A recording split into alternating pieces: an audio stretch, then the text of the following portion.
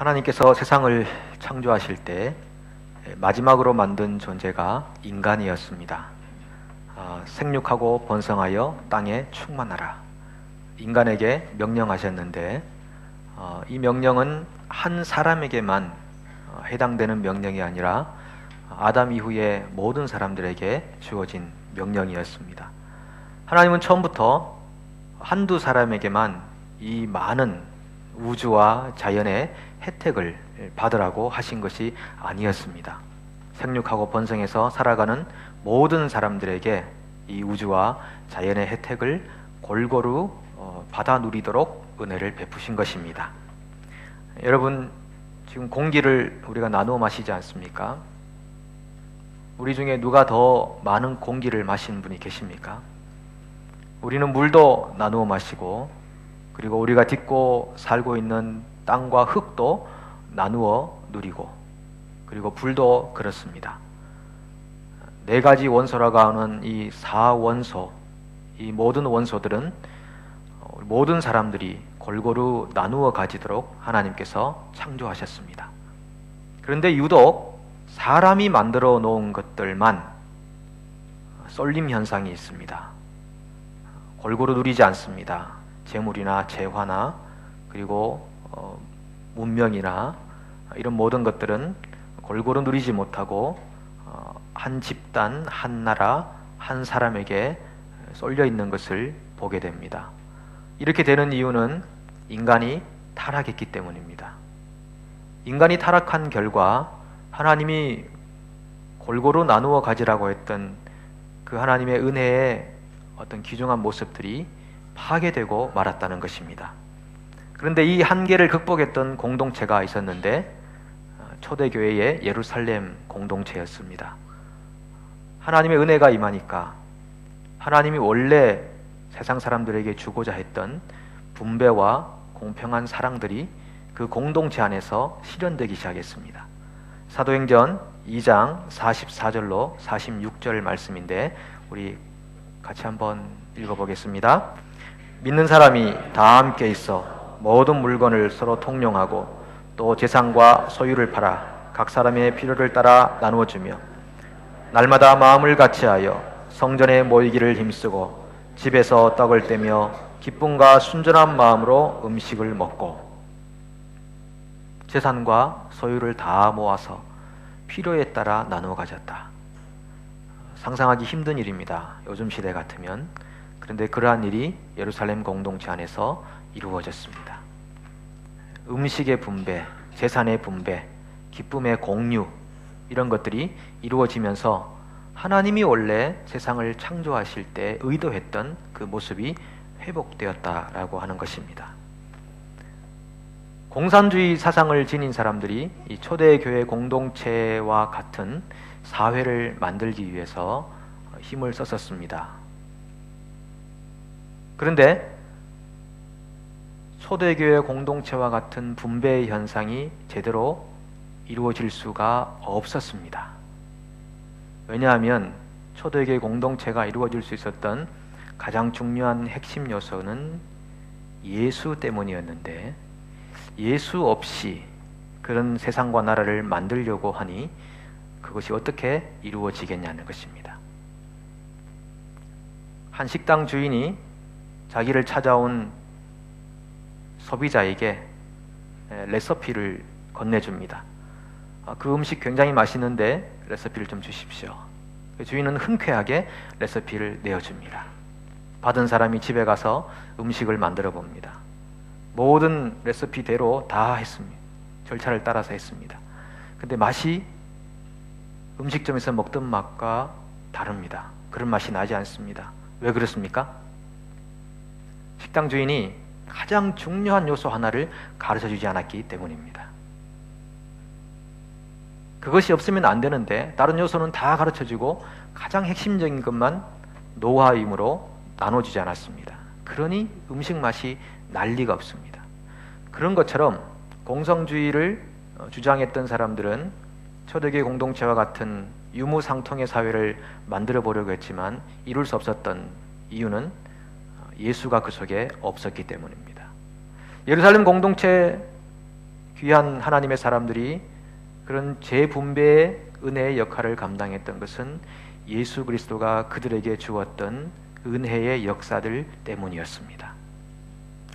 예수님께서 어떤 모습을 보이셨기에 예루살렘 공동체 사람들이 그런 모습을 또 그런 공동체를 만들 수 있었을까요? 그것은 예수님께서 자신의 살과 자신의 피를 모든 사람들에게, 그리고 자신의 희생을 하나님이 주시는 은혜로 받아들이는 그 모든 사람들에게 골고루 나누어 주셨기 때문에 그 하나님의 역사를 알았던 이스라엘 공동체, 예루살렘 공동체 사람들은 그와 똑같은 삶을 살기로 결심했다고 하는 것입니다. 오늘 우리가 이 성찬에 참여하게 될 텐데, 이 성찬은 예수님의 살과 피를 나누어 가지는 예식입니다. 그 누구도 더 많이 가지거나 그 누구도 더 적게 가지는 것이 아니라 예수님의 살과 피를 동일하게 재분배하는 의식입니다. 그래서 우리에게도 예루살렘 공동체와 같은 그런 모습이 회복되기를 원하시는 주님의 마음이 이 성찬 예식 가운데 담겨 있습니다. 사도 바울이 고린도 교회에 편지를 기록했습니다. 고린도 전서가 있고 후서가 있지 않습니까? 이 고린도 전서에는 고린도 교회가 가지고 있었던 여러 가지 잘못된 신앙의 모습에 대한 책망의 글이 들어 있었습니다. 그 중에 하나가 성만찬에 대한 책망이었습니다. 고린도 교회 교인들이 성만찬을 행한다고 하는데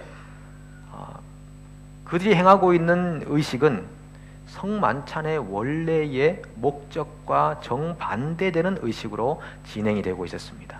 왜 그러냐 하면 성만찬은 쏠려있는 이런 부라든지 문명이라든지 인간의 타락으로 말미암아 쏠려있는 이런 것들을 회복시켜 주시는 주님의 은혜인데, 고린도 교회 교인들은 성만찬을 행하면서 다시 그 쏠림의 현상들을 자기들이 경험하고 있었습니다.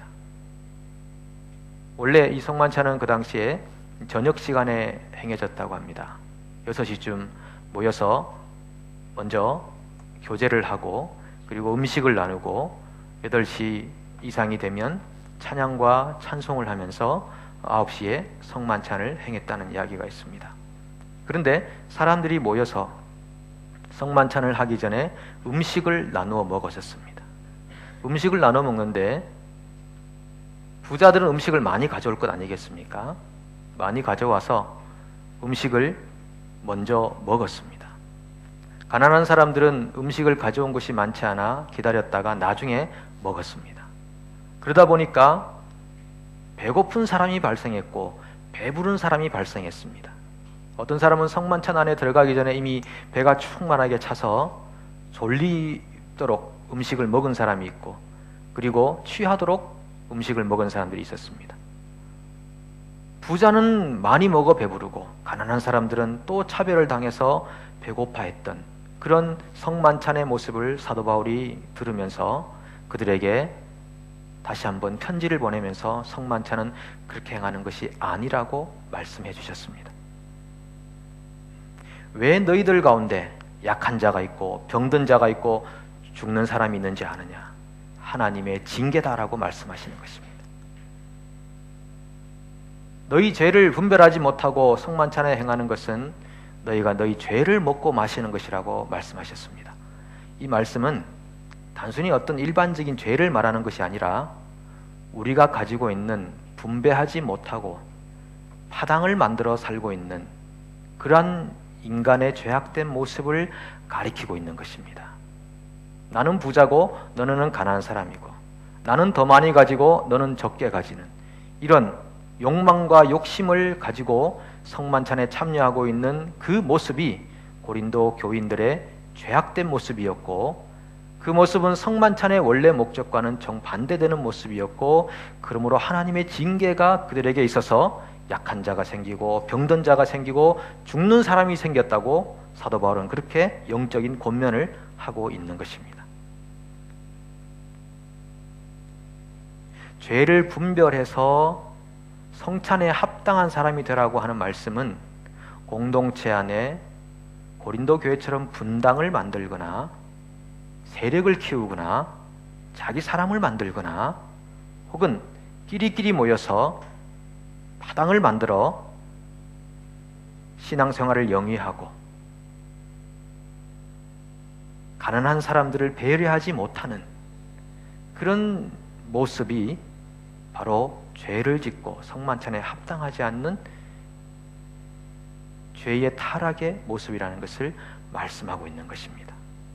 오늘 우리가 성만찬에 합당한 사람들이 되려면 우리 속에 가지고 있는 그러한 모습들을 버려야 되는 것입니다.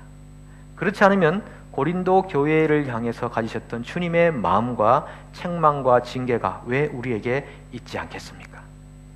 징계가 있는 것은 세상 사람들로 너희를 판단하지 못하게 하려 합니다 라고 사도 바울이 말했는데, 그것은 하나님의 징계를 받는 것이 세상의 조롱을 받는 것보다 낫다는 말씀이죠. 오늘 우리가 성찬을 함께 나눌 때 주님의 살과 피를 나누어 먹을 것입니다. 예수님의 살은 무슨 의미가 있습니까? 예수님의 찢기신 몸입니다. 떡을 떼서 나누는 것은 broken 되어진, 부서지고 깨어진 주님의 몸을 나누는 것입니다. 그 몸 때문에, 그 살 때문에 우리가 다시 살게 되는 것입니다. 죽을 육체 안에 생명의 능력이 주어지는 것입니다. 예수님의 피는 무슨 피입니까? 언약의 피입니다. 약속의 피입니다. 그것도 새 언약입니다. 사람이 바꿀 수 없는 확고한 언약입니다. 그 피는 희생의 피입니다. 그래서 그 피를 마실 때 우리 속에 과거의 죄와 현재의 죄와 미래의 죄가 다 용서받는 것입니다. 그래서 성찬의 시간에 이런 의미가 있습니다. 너희 죄 때문에 멸망하지 않을 것이다. 이 피는 너희 죄를 씻어내어 영원한 나의 나라에 참여하게 하는 것이다. 우리가 예수님의 살을 나누고 잔을 나눌 때 믿음으로 받는 사람들에게 하나님의 은혜가 풍성하게 주어지는데 죄 사함의 은혜입니다. 우리의 모든 약점을 덮어주시는 은혜입니다. 우리로 하여금 이 죽을 몸을 영원한 생명으로 인도하시는 아버지의 은혜입니다. 이 은혜의 예식에 우리가 참여하는 것입니다. 오늘은 특별히 종려주일입니다. 예수님께서 십자가의 고난을 당하시기 전에 예루살렘 성을 입성하실 때 많은 사람들이 종려나무 가지를 들고 환호했습니다. 호산나 찬송하리로다. 그런데 그들은 우리가 영상에 봤던 것처럼 아무도 남아있지 않았습니다. 그들이 원했던 것은 예수님께서 예루살렘 성을 입성하실 때 목적과 달랐기 때문입니다. 그리고 자신의 살과 피를 나누어 주셨던 그 성찬의 예식의 의미와도 달랐기 때문입니다. 만약 우리가 그 당시 이스라엘 사람처럼 오늘 종려나무 가지를 손에 들고 보이진 않지만 그렇게 주님을 찬양하고 있다면 우리도 성찬의 의미와는 다르고 주님의 살과 피의 목적과는 다른 인생의 방향을 걸어가는지도 모르겠습니다. 그들이 가졌던 잘못은 무엇입니까? 그 예수를 이기적으로 자신의 목적을 위해 사용하려 했습니다.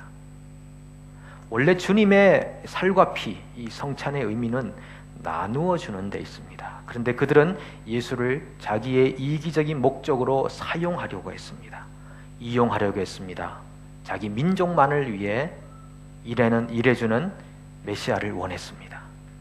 만약 우리가 나 개인을 위해 일해주는 예수로, 우리 가정을 위해서만 일해주는 예수로, 우리 기업을 위해 일해주는 예수로, 우리 교회를 위해 일해주는 예수로 받아들이고 오늘 환호성을 지른들 어떻게 우리가 십자가 옆에 서 있을 수 있는 사람이 되겠습니까?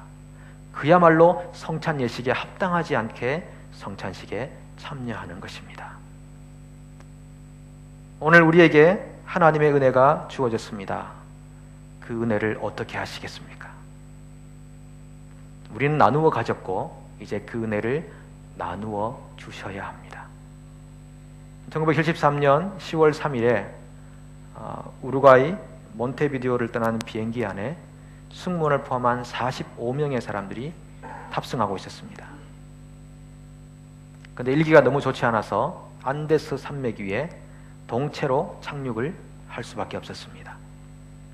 아마추어 럭비 선수단이 타고 있었고 응원팀이 그 속에 포함되어 있었는데 67일간의 사투 끝에 이 45명의 사람들 중에 16명만이 살아남았습니다. 어떻게 살아남았겠습니까? 얼어서 죽은 형제의 살조각을 뜯어먹으면서 연명할 수 있었습니다. 그때 그 비행기에 탑승했던 호세라는 한 청년이 있었는데 이렇게 고백합니다. 저는 학생 시절에 한 주일도 예배에 빠진 적이 없습니다. 하지만 교회 안에 살긴 했지만 신앙은 없었습니다. 저는 눈 덮인 산에서 죽음과 싸우면서 그곳이 하나님의 집이었음을 알게 되었습니다. 산 위에서 친구의 살조각을 손에 들었을 때 그것이 예수 그리스도의 몸인 것을 깨달았기 때문입니다. 이제야 비로소 사랑이 무엇이며 십자가가 무엇인지를 알게 되었습니다. 그 형제의 죽음이 여러 형제를 살릴 수 있었습니다. 그렇다고 여러분들에게 지금 당장 죽으라는 말씀은 아닙니다. 한 형제의 죽음이 여러 형제를 살렸는데 굉장히 영적인 교훈이 있는 것 같습니다. 공동체 안에 내가 살아있으면 다른 형제를 살릴 기력이 없습니다. 내가 죽으면 여러 사람이 살 수 있는 기회가 생깁니다. 저는 요즘 신앙생활을 하면 할수록 자기를 죽이는 것이 얼마나 위대한 신앙의 승화의 모습인지를 깨닫고 있습니다. 쉽지 않은 일입니다. 사람이 어찌 자기를 부인하고 자기를 외면하고 죽일 수 있겠습니까? 그런데 자기를 죽이는 것은 예수님의 부르심의 첫 번째 조건이면서 신앙의 굉장히 높은 경지의 모습입니다. 모두가 자기 존재를 부각시키고 싶어하고 인정받고 싶어합니다. 그런데 내가 한번 무시당해서 공동체를 살릴 수 있다면, 내가 한번 나쁜 소리 듣고 바보 취급당해서 사회를 살릴 수 있다면, 내 약함과 어리석음이라고 하는 것은 예수 그리스도의 죽으심과 같은 노선에 있는 은혜의 모습인 것을 우리는 고백할 수 있습니다. 우리가 공동체에게 줄 수 있는 최고의 선물이 무엇이 있겠습니까? 자아의 죽음을 공동체에게 주는 것입니다. 그래서 26절이 이렇게 명령합니다. 주의 죽으심을 그가 오실 때까지 전하는 것이니라. 우리는 주님의 죽으심이라는 이 복음을 사람들에게 선포합니다. 그리고 자기는 죽지 않습니다. 그런 복음과 관계없는 사람이 되는 것입니다. 사도 바울조차도 내가 남에게 복음을 전파한 후에 도리어 버림을 당할까 두려워하노라. 그 위대한 사도도 그런 고백을 했다면 우리는 얼마나 더 위험한 위기 속에 살고 있겠습니까? 주의 죽으심이라는 이 복음을 우리가 세상 사람들에게 담대하게 전하면서 또한 우리가 주님의 복음에 동참하는 자아의 죽음을 실현해야 하겠습니다. 참 신기한 사실이 있습니다. 예수님의 살과 피를 먹어서 생명을 얻은 사람들에게 나타나는 공통적인 현상은 자아를 죽이려고 하는 것입니다. 예수님의 생명을 얻지 못한 사람들은 자아를 살리려고 하는 것입니다. 예수님께서 이렇게 말씀하셨죠. 너희가 죽고자 하면 살 것이요 살고자 하면 죽을 것이다. 그 말씀이 아니겠습니까? 생명을 얻은 사람들에게는 계속 자아를 부인하고 자아를 죽이는 놀라운 일들이 추구되게 되어 있습니다. 자기 자신을 점검해 보십시오. 내가 생명이 있는가 없는가를 확인할 수 있는 길은 내가 자아를 부각시키는가, 내 자아를 주장하는가, 공동체 안에 분당을 만드는가? 가난한 사람과 차별을 두고 나는 다른 존재라고 생각하며 살아가는가? 아니면 자꾸 작아지고 죽어지는가? 그것을 통해서 내 안에 생명이 있는가 없는가를 확인할 수 있는 것입니다. 여러분, 복음을 주님이 오실 때까지 전하십시오. 그리고 그 복음에 적극적으로 동참하십시오. 주님의 죽으심을 전하시고 주님의 죽으심에 동참하십시오. 특별히 이번 주간에 5일간 특별 새벽 기도회를 하려고 합니다. 새벽에 일어나는 것은 죽는 것처럼 힘든 일입니다. 그 죽음에 동참해 보십시오. 동참해 보십시오. 그리고 주님과 함께 이 복음의 은혜의 바다로 빠져들어가십시오. 이번 올해 고난주간 안에서 정말 주님과 연합되는 은혜가 임하기 원하고, 그 주님의 죽으심의 깊은 의미가 우리 영적인 뇌리 속에 각인되는 귀한 시간들이 되어지기를 축복합니다. 기도하겠습니다.